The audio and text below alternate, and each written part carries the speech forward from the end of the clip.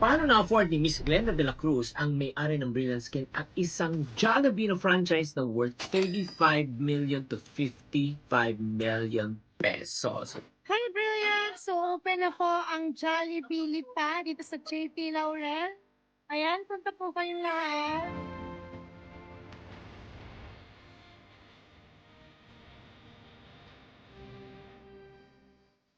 Gusto niyo malaman?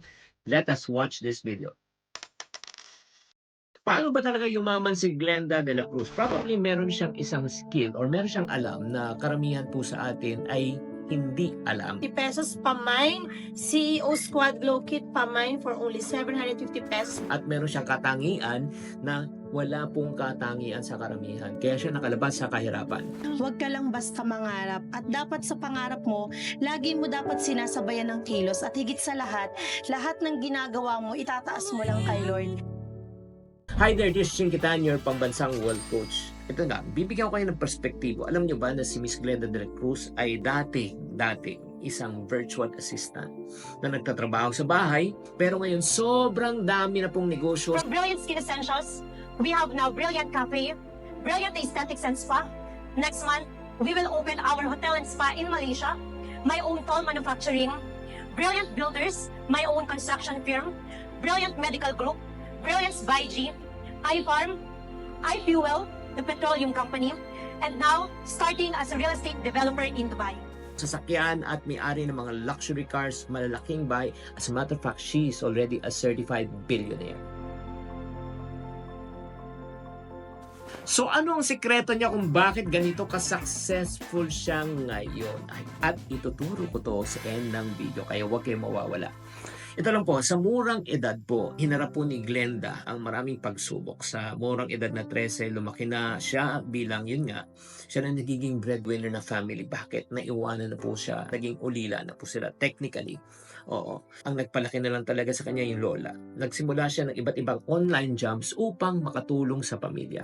Sa 19 years old, nahihirapan na siyang itaguyod ang kanyang pamilya at ginamit niya po ang natutunan niya sa online jobs, okay, para magsimula ng sariling negosyo. As a matter of fact, nabebenta rin siya ng kandila at tsinelas during that time. At tumindi rin po dahil sa stress, dumami ang kanyang acne at nawala ang kanyang kumpiyansa at nag-research po siya at nakatuklas po siya na ang charcoal soap po ay epektibo. Kaya alam niyo po nangyari noong 2016, no, ginamit po niya at naubos ang isang batch ng kanyang charcoal soap at dumami pa ang kanyang order. Tapos noong 2016, naisipan na po niya umpisahan ang kanyang sariling brand na Brilliant Skin. And because of that, the rest is history. Ang sikreto po, kung titingnan po natin ni Glenda ay ito. Number 1, masipag siya, matyaga siya, lumaban siya sa buhay, at meron siyang tamang diskarte. Hindi siya nagpatalo sa pagsubok. Sa halip, nilabanan niya to. Kung nagawa ito ni Glenda, ako naniniwala ko na kaya mo rin gawin yan. Be it in your personal business, no, or para sa iyong personal brand. Pero, ito yung masaklap na katotohanan. Ito yung bad news. Hindi lahat ng tao po ay nagtataglay ng parehong kasipagan, pagtsatsaga, at diskarte na pinamalas ni Glenda.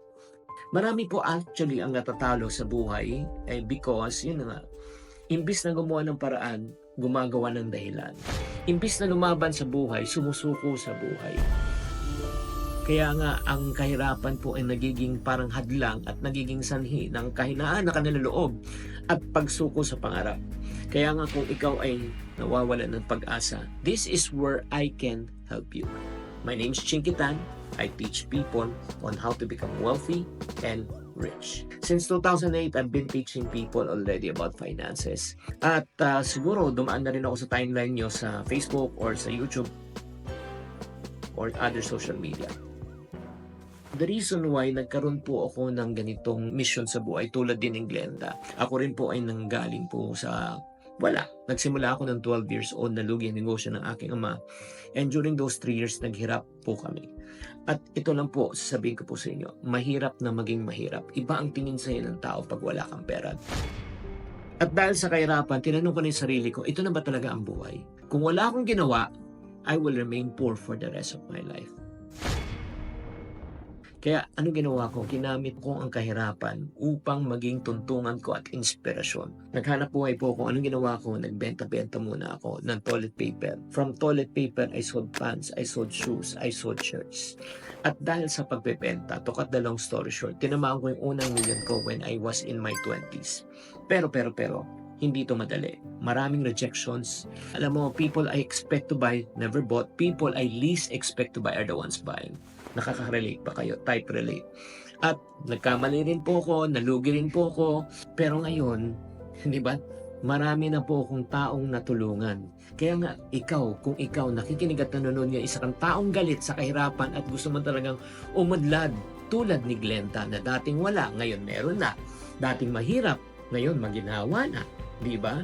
Kung gusto mo makawala sa kahirapan at galit ka na sa kahirapan, then this is for you. Ang masaklap na katotohanan, hindi lahat po ng tao ay nagtataglay ng tamang diskarte at mindset.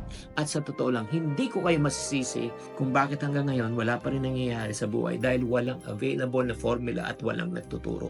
But what if I tell you, if I can help you with that? This is where I come in. Again, I specialize sa pagturo ng pera.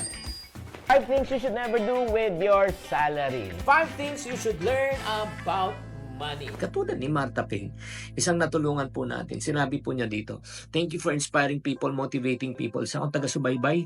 Since 2010, walang-wala ako noon. Napakahirap ng panahon. Hindi ako nakapagtapos ng pag-aaral kasi mahirap lang talaga. Lahat ng natutunan ko, in-apply ko ng sarili ko. Now I'm 30 years old. A construction businessman in Davao with an asset of almost 100 million pesos. Woo!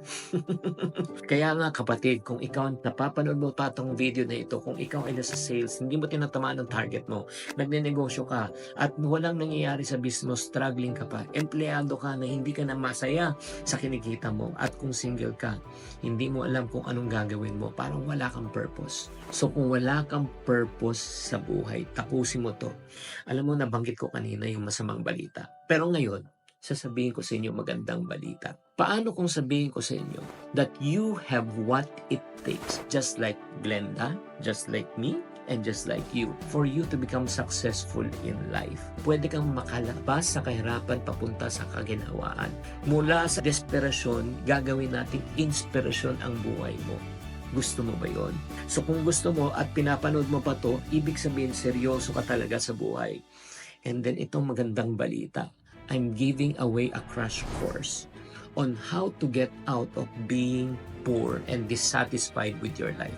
Itong title na ito is Yayaman Ka Din. Itong session na ito, itong course na itong gagawin po natin. Coach Chinky, magkano yan? Alam mo itong course na ito, lalagyan natin ang presyo. It's originally priced at 2,500 pesos to join. However, I'm offering this session to you right now for free. Yes, all you need to do, ito lang ang gagawin mo. Just go to the link below or type in the comment section, Go Ako. Go Ako. But you have to register fast kasi this video is only available for a limited time only. As a matter of fact, kung napapanood mo pa tong video na ito, ibig sabihin active pa to. Kaya wag na kayo patumpik-tumpik. Hurry, register right now. Who knows? Next time, pag nag-meet tayo, mas mayaman ka pa kay Glenda.